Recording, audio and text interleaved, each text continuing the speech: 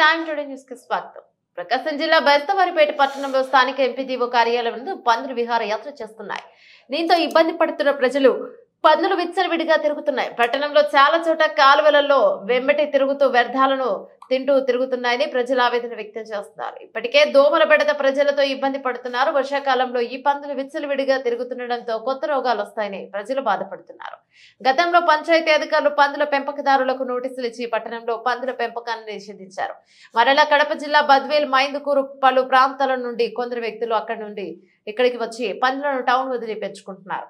పట్టణంలో పంచాయతీ అధికారులు క్రింది స్థాయి సిబ్బంది మాత్రం ఆదేశాలను సరిగ్గా పాటించకపోవడంతో కొన్ని సమస్యలు అట్లాగానే ఉండిపోతున్నాయని ప్రజలు అభిప్రాయపడుతున్నారు.